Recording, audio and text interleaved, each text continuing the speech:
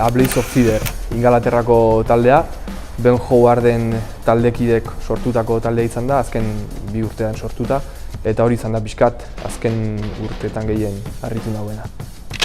Diskoa I Forget Where We Were, Ben Howardena ere, eta duela 15 urtekin deskubritu nuen tipo hau, eta ordutik hau da gehien entzun dudan musika.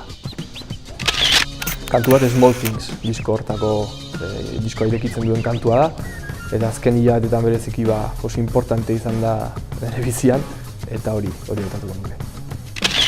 Letrak referentzia bezala nari da noski referente nagusienetako bat, baina bat hautatu behar izan ezkero Ruperren Fast Fatun hautatuko nuke, Atxaga eta Ruper elkartzen direnean zail txambarra delako hori gainditzea.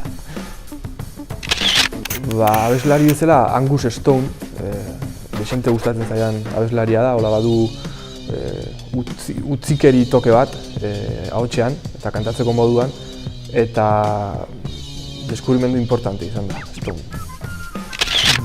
Streaminga gehien erabiltzen dudan azken aldian, aitaren etxean badago viniloa, baina nerean ez, orduan bide hortatik.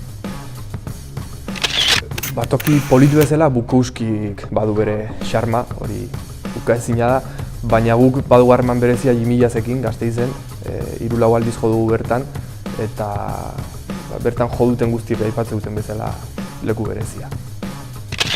Niri kontzertuak eserita ikustea gustatzen zait, antzokitan eta hola, eta Victoria Eugenian egon nintzen Ruperren kontzertu bat ikusten, Adarra sarian, eta berezia izan zen toki hori.